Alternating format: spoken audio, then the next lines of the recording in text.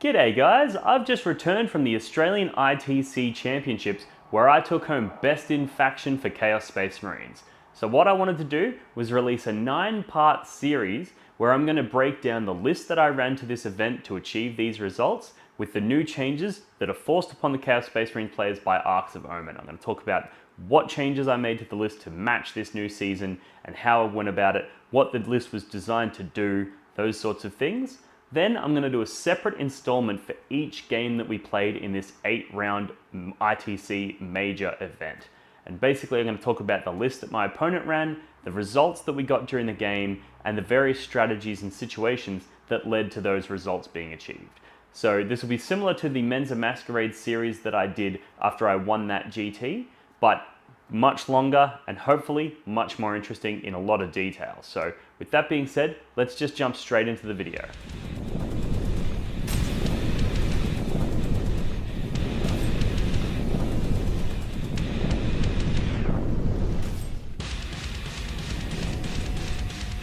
Welcome to the Blood God.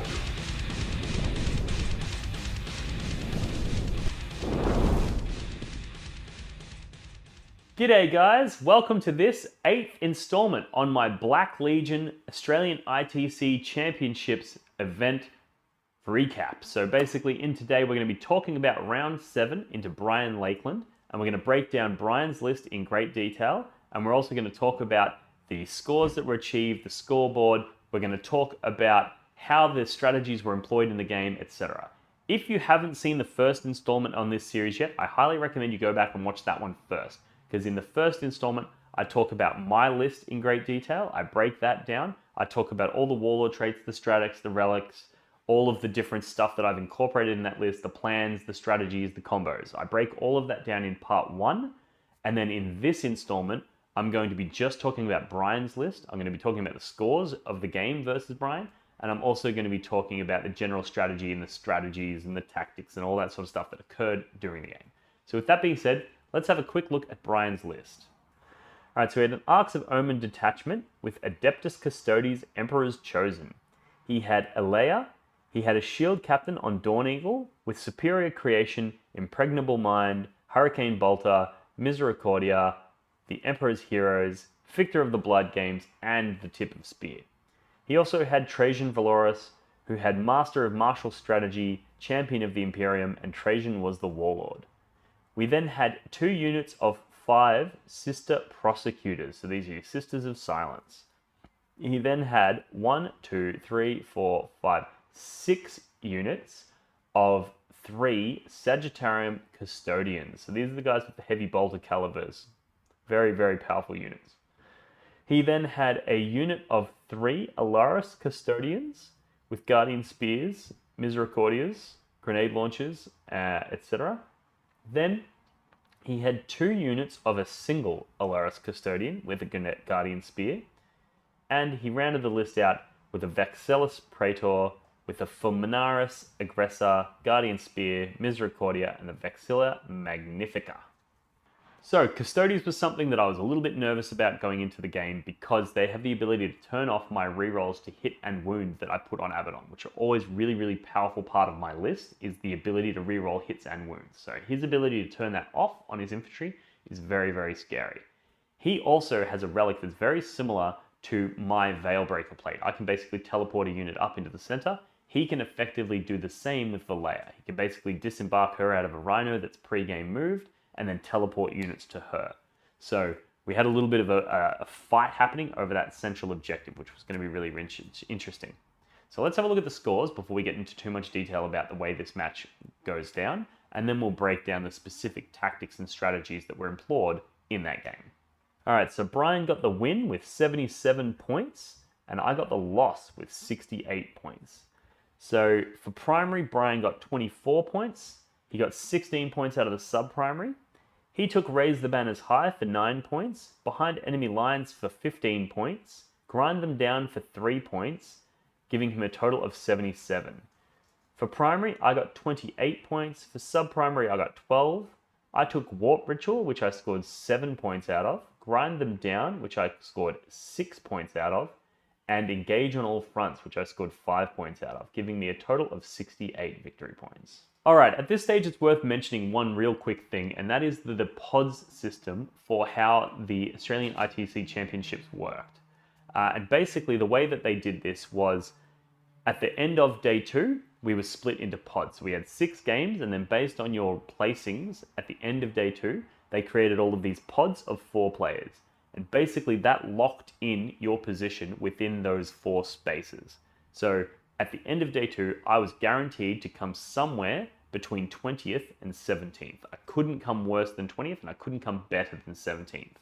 And as a result, these games didn't really matter that much. They weren't that important because there was, no real ability to skyrocket up in scores. If I go 5 wins, I went 5 wins and a loss on the first 6 games. If I then lost my next 2 games, I'd come 20th. But if I then won my next 2 games, I'd only come 17th. So it wasn't hugely important, these games. And as a result, I decided to try out some different stuff. Normally I wouldn't take Warp Ritual into somebody who has the ability to deny me the way that the Sisters of Silence do. He can spend stratagems to 4-up deny me, and he also has the ability to naturally deny me from various units. So it's just like, this is not an ideal scenario and not an ideal time to take Warp Ritual. But I was like, I'm going to try it anyway and just see what happens. Because if he fails those deniers, that means he's burning CP to try to deny my powers, and he's not doing it. So I'm like, let's see what happens. Could be funny, right? And I also almost never take engage on all fronts. I hate that secondary. It's really, really bad historically. And as you can see through this whole series, I haven't taken it once because it's a secondary that I just don't rate. But I thought I'd give it a go, give it a fair shake, try it out, and see, because it's slightly different in Arcs of Omen than it was in Nephilim. So I thought, well, maybe it works now. Maybe it is worth considering. Critical mistake was that I didn't realize at the time that your characters don't count towards your engage on all front points. Even if they're wholly in the center of your opponent's quarter, they don't score you anything. And as a result, my game plan didn't work. And I didn't realize this until turn 3, when I basically sent all my characters out into all the quarters. And I'm like, yep, that'll be a 3-point engage. And he's like, no, it's a 0. And I'm like, what do you mean it's a 0? And he's like, well, those 3 quarters that you think you're in, you're not in, because they're characters. And I was like, oh my fucking God. And that basically cost me the game, that secondary decision. If I had took a more aggressive secondary, even behind enemy lines, would have been way better, because I was able to just teleport into his backfield really, really early. It would have been way better. But, like I said at the start, this game didn't really matter too much. So I was interested and more than prepared to try some different stuff.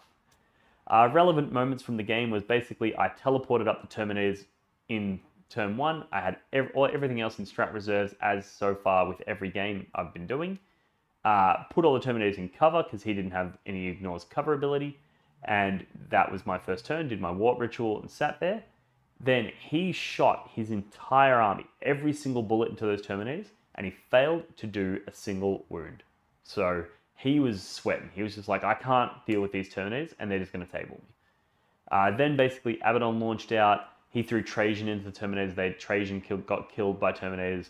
The Decimators were killing characters. The Hellbrutes were going in, killing things. It was a really bloody game. However, because of a few different decisions that I made in the secondaries, and the fact that Brian was able to basically teleport his guys away from me and get out of my charge range, meant that those Terminators needed to be in 6 different places at once, and they weren't able to do that.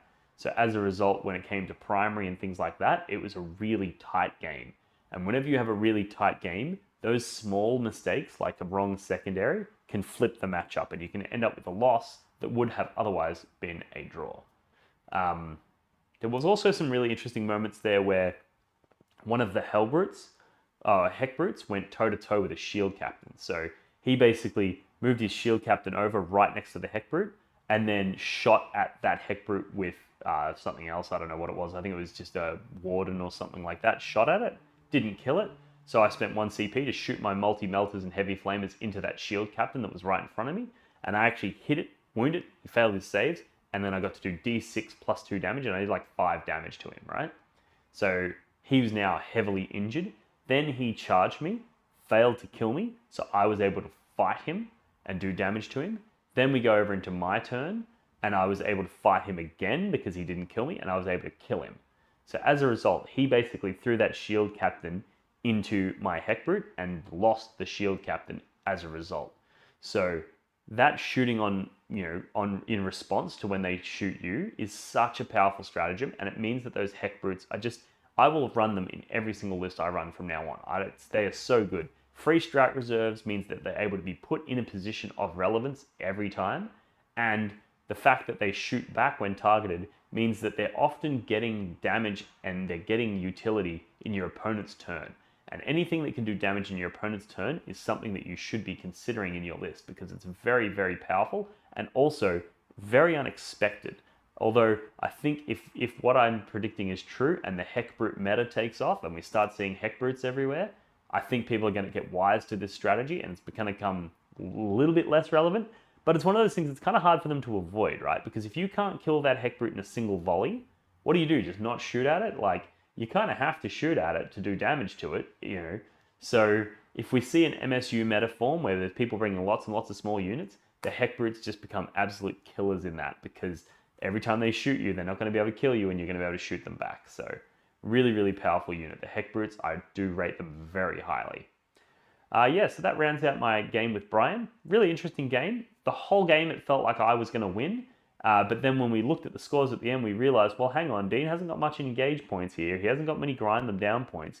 Which, side note, I always find games where both players take grind them down to be very interesting, because basically both players have just said, I've got a more powerful army than you. And when they both say that, you know that somebody's wrong.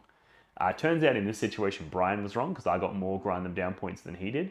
But he wasn't wrong enough, or he wasn't as wrong as I was when I thought that I could get engage on all fronts points with characters. So yeah, really interesting game. Custodes are a real problem because they have the 4-up Feel No Pain against mortal wounds, which means Abaddon's nowhere near as effective at killing them, because he does mortal wounds on 6s to wound. They can also turn off rerolls to hit and wound, which makes Abaddon even less effective again. And that Emperor's Chosen means that the Decimators, they're getting 4-up saves against all of that, which traditionally that's really good damage into things like Custodes that are really tough. So yeah, it was a tricky matchup for me. And I think had I played the secondaries a little bit different and maybe been a little bit more aggressive with my Terminators, I probably could have turned that into a win. But yeah, unfortunately, Brian took it away from me. He's a really good player, that Brian Lakeland. So yeah, I look forward to more games with him, and I'm going to get him back next time. We've probably played 4 or 5 times at various tournaments. He's from Queensland, I'm from Victoria, so we don't see each other often. But for some reason, almost every time we are in the same state for a tournament, we get paired into each other. So it's a really, really interesting little rivalry that we've got there. And yeah, I need to get that revenge at the next one. So thanks for tuning in, guys. I hope you enjoyed this. If you did, like, subscribe, all that good shit. Chuck some comments below.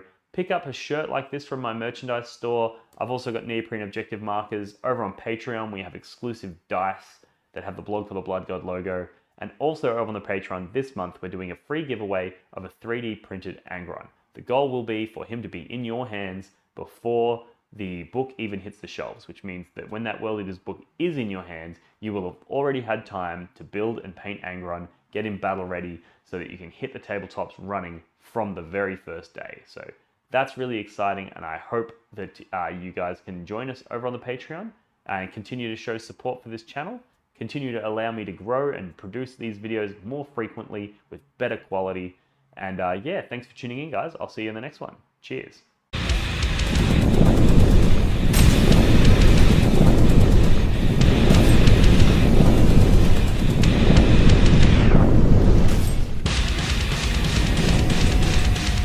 Blood for the Blood God.